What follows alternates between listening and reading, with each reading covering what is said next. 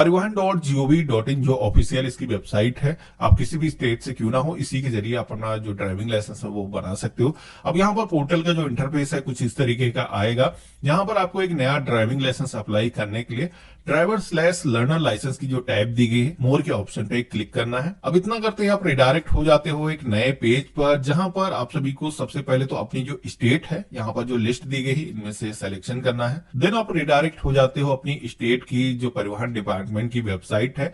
यहाँ पर आप देखोगे कि आज की डेट में केवाईसी के माध्यम से अपना जो लर्निंग लाइसेंस है वो आप इश्यू करा सकते हो। यहाँ पर आपको इसके लिए आरटीओ ऑफिस जाने की जरूरत नहीं है, या फिर आपको मोबाइल नंबर अपडेट करना हो तो ये भी प्रोसेस आज की डेट में घर बैठे ही कर सकते हो। तो यहाँ पर काफी अच्छी बात है। हम स्किप के ऑप्शन पे क्लिक करेंगे। अब यहाँ पर पहली बार अगर आप ड्राइविंग लाइसेंस के लिए अप्लाई कर रहे हो, जो कि यहाँ पर अप्लाई फॉर लर्नर लाइसेंस का जो पहला ऑप्शन दिया गया है, इसी ऑप्शन पे हमें क्लिक करना है। तो यहाँ पर आप देखोगे कि प्रोसेस फ्लो दिखाया गया कि किस तरीके से अपनी जो एप्लीकेशन है आपको सबमिट करना है। तो ये सारी इन्फॉर्मेशन मैं आपको लाइव दिखाने वाला हूँ। आपको कंटिन्यू के ऑप्शन पे क्लिक करना है। देन यहाँ पर आप सभी को कैटेगरी के सेक्शन में जनरल का जो ऑप्शन है इसको सेलेक्ट रहने देना है। यहाँ पर आप सभी से पूछा जाता है कि आपका जो ड्राइविंग लाइसेंस है क्या इससे पहले इश्यू किया गया है, या फिर आपने अप्लाई किया था, होल्ड किया गया है। तो ऐसा कुछ है नहीं। तो यहाँ पर applicant does not hold any driving license, इस ऑप्शन पे क्लिक करेंगे और यहाँ पर सबमिट की टैब पे क्लिक करेंगे। तो इतना करते ही आप देखोगे कि हम ऑथेंटिकेशन पेज पर आ चुके हैं, जहां पर आप देखोगे कि ये जो लर्निंग लाइसेंस है इसको बनाने के लिए हमें आरटीओ ऑफिस विजिट करने की जरूरत नहीं है।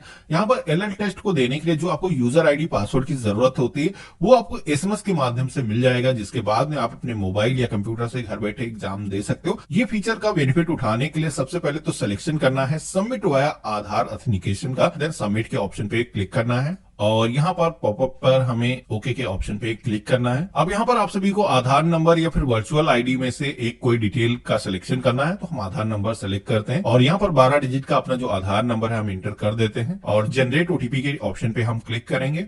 हमारे मोबाइल फोन पर एक ओटीपी रिसीव होगा जो कि यहाँ पर हमें फिल करना है। देन यहाँ पर आप सभी को ये जो टर्म एंड कंडीशंस का पेज आया है, इन सारे ही ऑप्शन पे आपको टिक कर देना है और ऑथेंटिकेट की टैब पे आपको क्लिक कर देना है। हमारे सामने केवाईसी डिटेल्स कुछ इस तरीके से रिफ्लेक्ट होकर के आ जाती हैं। तो सबसे पहले तो ये जो डिटेल्स है इंपोर्ट करने के लिए प्रोसीड के ऑप्शन पे क्लिक करना है।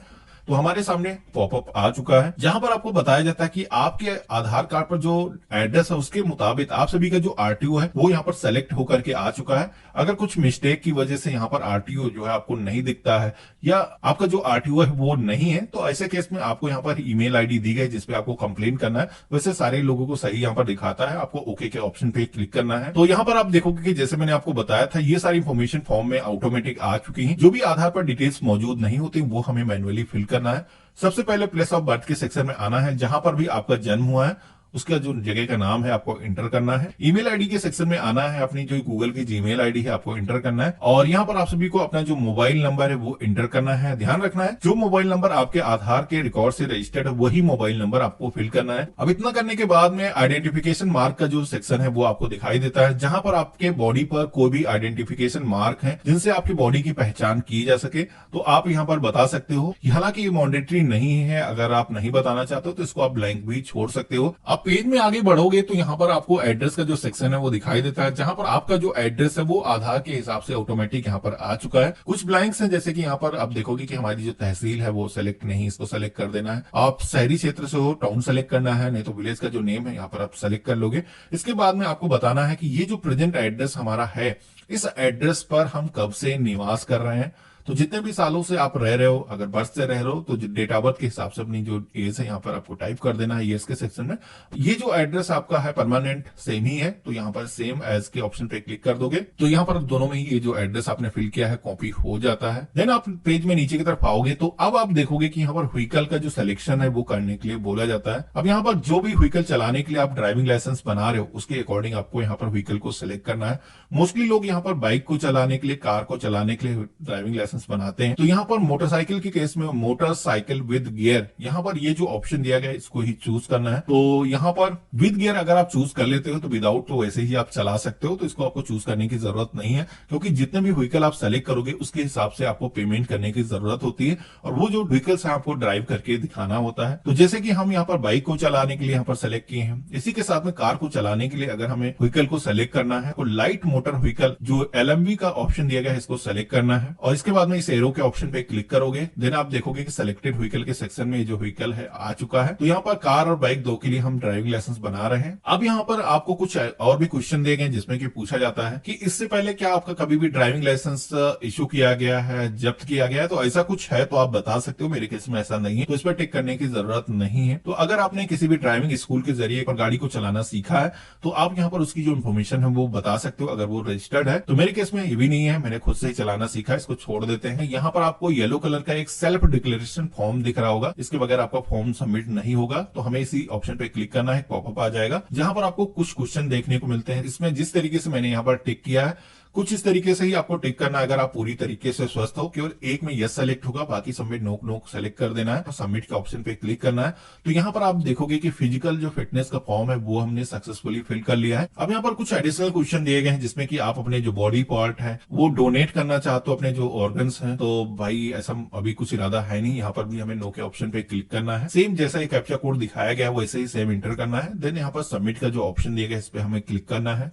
तो यहाँ पर आप देखोगे कि हमारी सारी इंफॉर्मेशन फेच होकर के आ चुके हैं। नेक्स्ट की टैब पे क्लिक करना है। तो यहाँ पर ये जो कैप्चा कोड आपको दिखाया गया है एंटर करने के बाद में आपको सबमिट के ऑप्शन पे क्लिक करना है। No need to visit RTO यहाँ पर मेंशन किया गया है। अब हमें डॉक्यूमेंट अपलोड करने के लिए प्रोसीड के ऑप्शन पे क्लिक करना है। ओके करेंगे हम। सेम उसी तरीके से दो डॉक्यूमेंट जो वहां पर बताए गए थे अपलोड करने का ऑप्शन यहाँ पर आ रहा है। सबसे पहले तो यहाँ पर हम एज प्रूफ अपलोड करेंगे। तो यहाँ पर प्रोफाइल के सेक्शन में आकर के आप जो डॉक्यूमेंट यहाँ पर देने वाले हो एज प्रूफ के लिए उसको सेलेक्ट करना है। तो मेरे केस में जो आसान तरीका है आधार ही है, तो हम इसको सेलेक्ट करते हैं। ओके की टैब पे क्लिक करेंगे। तो यहाँ पर आप देखोगे जैसे हमने आधार को सेलेक्ट किया है तो यहाँ पर उसका जो डॉक्यूमेंट नंबर है, हालांकि आधार के केस में आपको डॉक्यूमेंट नंबर फिल करने की जरूरत नहीं है। अगर कोई अदर डॉक्यूमेंट आप सेलेक्ट करते तो यहाँ पर डॉक्यूमेंट नंबर आपको एंटर करने की जरूरत होती है। आपसे पूछा जाता है किसके द्वारा ये डॉक्यूमेंट इशू किया गया, तो जैसे मैंने आधार एंटर किया है तो इस्यूड बाय के सेक्शन में UIDAI यहाँ पर हम फिल कर देंगे जिस डेट को आपका डॉक्यूमेंट इश्यू किया गया है। कॉन्टेक्ट नंबर के सेक्शन में 1947 यहाँ पर टोल फ्री नंबर हम एंटर कर देते हैं। और इसके बाद में यहाँ पर चूज फाइल के ऑप्शन पे हमने क्लिक किया है और इस तरीके से हमने डॉक्यूमेंट को सेलेक्ट कर लिया है। अपलोड करेंगे। देन यहाँ पर कंफर्म के ऑप्शन पे क्लिक करेंगे।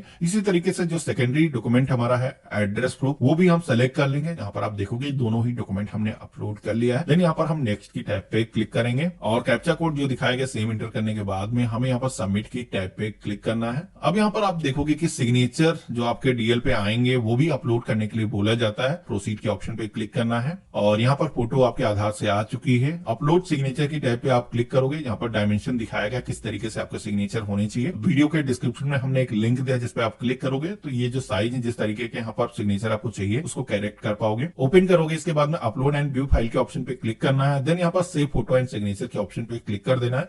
तो यहाँ पर आप देखोगे कि हमारे जो सिग्नेचर है वो भी हमने सक्सेसफुली अपलोड कर लिए हैं। नेक्स्ट की टैब पे हमें क्लिक करना है। देन आप देखोगे कि हम फिर से एप्लीकेशन स्टेटस के पेज पर आ चुके हैं। कैप्चा कोड जो दिखाया गया सेम इंटर करने के बाद में सबमिट करना है। तो यहाँ पर आप देखोगे कि फीस पेमेंट के लिए अब हमें बोला जा रहा है। तो हम प्रोसीड की टैब पे क्लिक करेंगे और यहाँ पर आपको अपना जो एप्लीकेशन नंबर है फिल करने की जरूरत पड़ेगी। फिल कर देना है। डेट ऑफ बर्थ को आपको यहाँ पर एंटर कर देना है। क्लिक है टू कैलकुलेट फीस के ऑप्शन पे क्लिक करना है। तो यहाँ पर आप देखोगे कि जो भी ड्राइविंग लाइसेंस हम बना रहे हैं उसमें कौन कौन से व्हीकल हमने ऐड किए हैं उसके अकॉर्डिंग यहाँ पर फीस हमसे डिमांड की जा रही है। बाकी ये जो पेमेंट है आप सभी को ऑनलाइन प्रोसेस से करना होगा। तो बैंक गेटवे के ऑप्शन पे क्लिक करोगे तो यहाँ पर आपको स्टेट बैंक ऑफ इंडिया का ऑप्शन मिल जाएगा। जो कैप्चा कोड दिखाएगा इसको फिल करना है। पे नाउ के ऑप्शन पे क्लिक करना है। तो अगला जो पेज आता है जहां पर आप देखोगे कि आपका जो पेमेंट है वो यहाँ पर दिखाया गया है। आपको पेमेंट करने के लिए एग्री के ऑप्शन पे क्लिक करना है। प्रोसीड फॉर पेमेंट के ऑप्शन पे क्लिक कर देना है। देन आप रिडायरेक्ट हो जाते हो एसबीआई के पेमेंट गेटवे पे, जहां पर आप अगर एसबीआई के ग्राहक हो तो आप डायरेक्टली स्टेट बैंक का ऑप्शन सेलेक्ट करोगे। बाकी अदर बैंक के ग्राहक हो तो कोई दिक्कत नहीं है। अदर बैंक डेबिट कार्ड का ऑप्शन दिया गया है।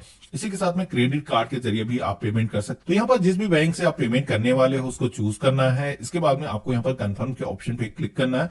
देन आप देखोगे कि यहाँ पर डेबिट कार्ड की जो डिटेल्स हैं फिल करने के लिए बोला जाएगा। कैप्चा कोड जैसा दिखाया गया सेम वैसे एंटर कर देना है और पे के ऑप्शन पे आपको क्लिक कर देना है। बैंक से एक ओटीपी आएगा। यहाँ पर वो ओटीपी आपको फिल करना है, सबमिट करना है। तो इतना करते ही आपका ये जो पेमेंट है आप देखोगे कि सक्सेसफुली हो चुका है। अब जैसे मेरे केस में आप देखोगे तो यहाँ पर ये जो पेज है रिडायरेक्ट हुआ है। किसी इशू की वजह से हम होम पेज पर आ चुके हैं। तो हमें क्या करना है, दोबारा से अपना जो पेमेंट है उसको चेक करने के लिए वेबसाइट पर होम पेज पे आना है। इसी ऑप्शन पे क्लिक करना है और यहाँ पर एप्लीकेशन स्टेटस का जो ऑप्शन दिखाया गया है इस पे हमें क्लिक कर देना है। देन यहाँ पर अपना जो एप्लीकेशन एप्लीकेशन नंबर है, डेट ऑफ बर्थ है, इंटर करोगे, कैप्चा कोड फिल करोगे, सबमिट करोगे, देन आप सभी के सामने आपकी जो एप्लीकेशन है वो ओपन हो जाती है। यहाँ पर सबसे पहले तो आपको ये जो फॉर्म है वो डाउनलोड कर लेना है और पेज में नीचे की तरफ आना है। तो यहाँ पर आप देखोगे कि फीस पेमेंट हमने किया है, लेकिन यहाँ पर वो जो डिटेल्स है रिफ्लेक्ट नहीं हुई है। तो यहाँ पर वेरीफाई पेमेंट डिटेल का ऑप्शन हमारे केस में आ रहा है। अगर आपका जो पेमेंट है एक ही बार में सबमिट हो जाएगा तो कोई इश्यू नहीं है, तो आपको कंप्लीटेड यहाँ पर दिखेगा। तो मुझे क्या करना है, अभी ये जो पेमेंट है इसको वेरीफाई करने की जरूरत होगी। तो यहाँ पर वेरीफाई पेमेंट स्टेटस की हम टैब पे क्लिक करेंगे और इसके बाद में अपना जो एप्लीकेशन नंबर है वो यहाँ पर हम फिल करेंगे और यहाँ पर आपको जो अपनी डेट ऑफ बर्थ है फिल करना है, कैप्चा कोड फिल करना है, वेरीफाई करना है। हमारी जो पेमेंट डिटेल्स है यहाँ पर रिफ्लेक्ट हो चुकी है, सिलेक्शन करना है, क्लिक है टू प्रिंट रिसिप्ट की ऑप्शन पे क्लिक करना है। तो कुछ इस तरीके से अपनी जो प्रिंट रिसिप्ट है उसको आपको सेव करके रख लेना है और दोबारा से उसी तरीके से एप्लीकेशन स्टेटस के टैब पे आना है, अपना एप्लीकेशन नंबर फिल करना है, सबमिट करना है। तो यहाँ पर हमें बोला जा रहा है कि आपको रोड सेफ्टी ट्यूटोरियल देखना होगा जो कि मैंडेटरी है, तभी आप अपना जो एग्जाम है वो घर बैठे ही दे पाओगे। तो यहाँ पर हम इस ऑप्शन पे क्लिक करेंगे और यहाँ पर अपना जो एप्लीकेशन नंबर है उसको फिल करेंगे, जनरेट के ऑप्शन पे क्लिक करेंगे, ओटीपी आएगा जिसको फिल करना है, अपनी लैंग्वेज सेलेक्ट करना है जिस भी फॉर्मेट में आप ये वीडियो देखना चाहते हो। तो यहाँ पर जैसे हमने सबमिट किया है तो हमारे सामने वीडियो प्ले होने लगा। ये जो वीडियो है आपको कंटिन्यू चलने देना है, आपको पॉज नहीं करना है। वीडियो ऑटोमेटिक एंड हो जाएगा और आपके सामने सक्सेस का जो टिक है लग करके आ जाएगा। तो वीडियो वॉच करने के बाद में आप सभी को यहाँ पर जो सबमिट का ऑप्शन दिया गया है इसके ऑप्शन पे क्लिक कर देना है। देन आप देखोगे कि आपके सामने प्रोसीड फॉर एलएल टेस्ट का जो पेज है वो आ जाता है। अब यहाँ पर ध्यान देना है कि जब भी आप ये प्रोसेस कंप्लीट करते हो तो यहाँ पर आपके जो डॉक्यूमेंट है वो वेरीफाई किए जाते हैं आरटीओ की तरफ से। तो अगर वर्किंग डेज नहीं है तो आपको थोड़ा सा वेट करना है। जब आपको एसएमएस रिसीव होता है जिसमें कि आपको अपना जो लर्निंग टेस्ट देने के लिए यूजर आईडी की जरूरत होती है, जो पासवर्ड की जरूरत होती है, आपको रिसीव हो जाता है, तभी यहाँ पर अपना जो लर्निंग का टेस्ट है यहाँ पर देना है। जो कि टेस्ट के लिए जो भी चीज जरूरी होती है यहाँ पर आपको एसएमएस के माध्यम से मिल जाती है, जो कि आप स्क्रीनशॉट देख रहे हो। तो यहाँ पर ये चीजें फिल करके आप अपना जो टेस्ट है वो दे सकते हो। टेस्ट के बाद में आपका जो लर्निंग लाइसेंस है वो इश्यू हो जाता है।